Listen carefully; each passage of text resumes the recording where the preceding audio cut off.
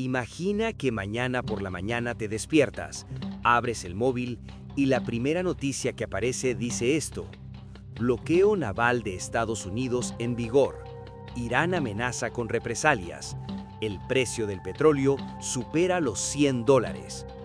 No es ciencia ficción, no es una película de Hollywood. Esto ocurrió, y ocurrió ahora.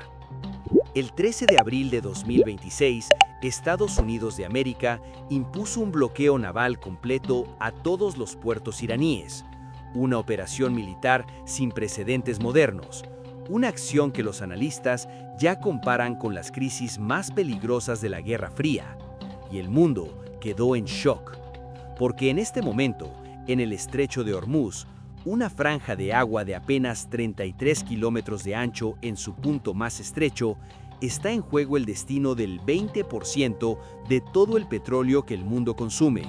Está en juego el precio que vas a pagar para llenar tu coche, el coste de la electricidad en tu casa, la estabilidad económica de países enteros. Pero hay una pregunta que nadie puede responder todavía. ¿Esto se va a detener o va a explotar? Quédate hasta el final de este video, porque lo que vas a escuchar hoy puede cambiar completamente la forma en la que ves el mundo en el que vivimos. Para entender lo que está pasando ahora, tienes que entender lo que ocurrió en las últimas semanas, porque esto no empezó el 13 de abril. Esto viene de lejos, muy lejos. Desde el 28 de febrero de 2026, Estados Unidos e Israel están en guerra abierta con Irán. Una guerra que comenzó de forma limitada, pero que rápidamente se expandió hasta convertirse en una de las crisis más serias del siglo XXI. Desde el inicio del conflicto, Irán tomó una decisión estratégica brutal: cerrar el estrecho de Hormuz, o al menos controlarlo. Los iraníes anunciaron que cualquier barco que quisiera pasar por el estrecho tendría que pagar una tasa a Irán, una especie de peaje de guerra. Trump lo llamó por su nombre: extorsión mundial. Y durante semanas, barcos de varios países se vieron obligados a elegir, pagar a Irán o no pasar. Las rutas alternativas existen, pero son largas, caras y lentas. Rodear África añade semanas de viaje a cada barco. El canal de Suez tiene sus propias complicaciones. El resultado: precios de transporte disparándose, precios del petróleo subiendo, mercados nerviosos en todo el mundo. Entonces llegó el fin de semana del 11 y 12 de abril.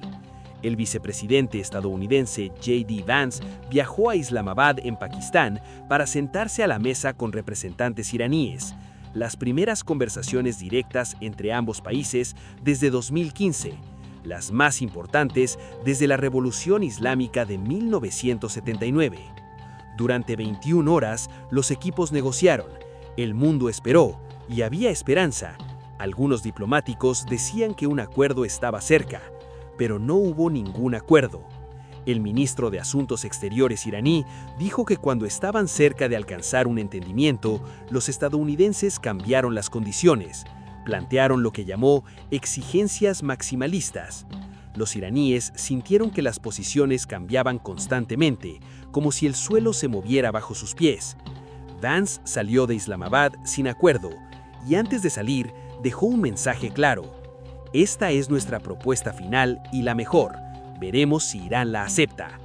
Irán no la aceptó. Y fue entonces cuando Trump tomó la decisión que nadie esperaba, o quizá todos esperaban. El domingo 12 de abril, Trump publicó en redes sociales: mañana, a las 10 de la mañana, entra en vigor un bloqueo. Y al día siguiente, a las 10 de la mañana, hora de Washington, 15 horas en Lisboa, el bloqueo comenzó.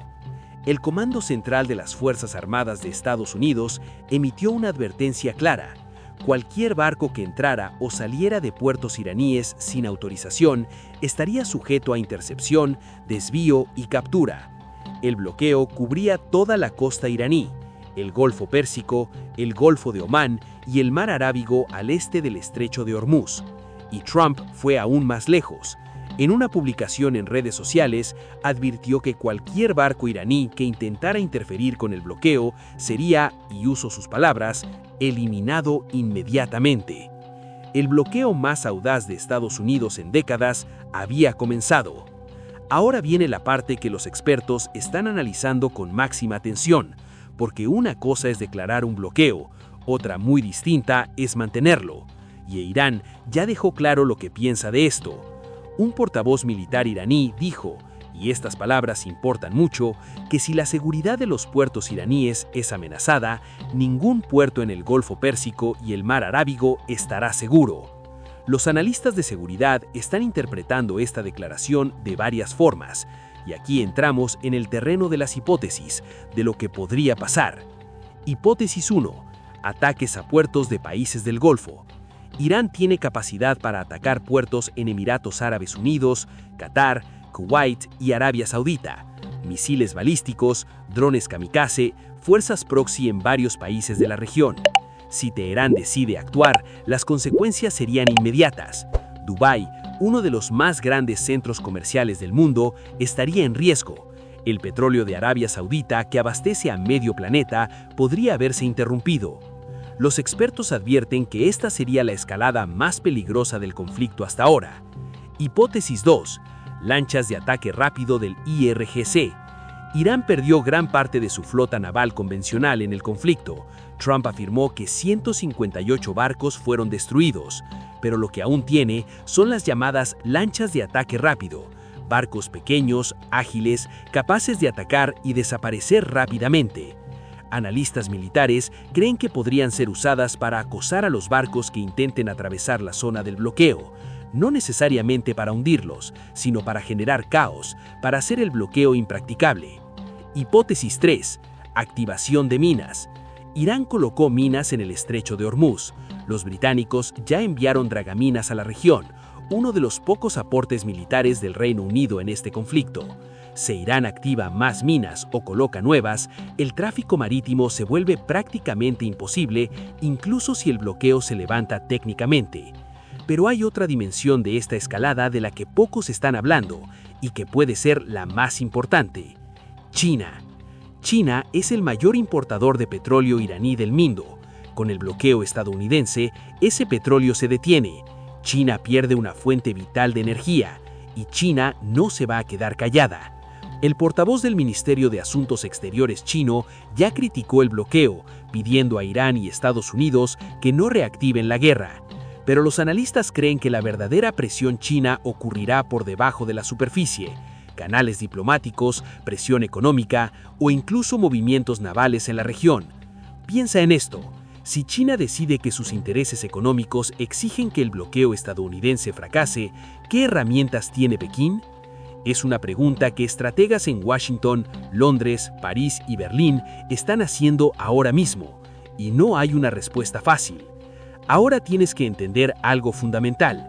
Estados Unidos hizo esto prácticamente solo.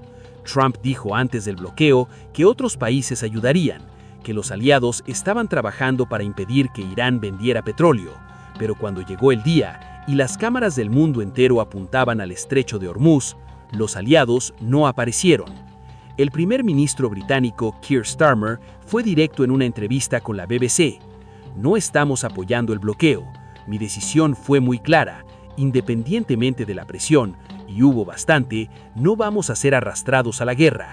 Starmer dijo que el enfoque británico es reabrir el estrecho, no bloquear puertos iraníes. El Reino Unido tiene dragaminas y sistemas antidrones en la región, pero no participará en el bloqueo estadounidense. Piensa en el peso de esta declaración. El Reino Unido es el aliado más cercano de Estados Unidos.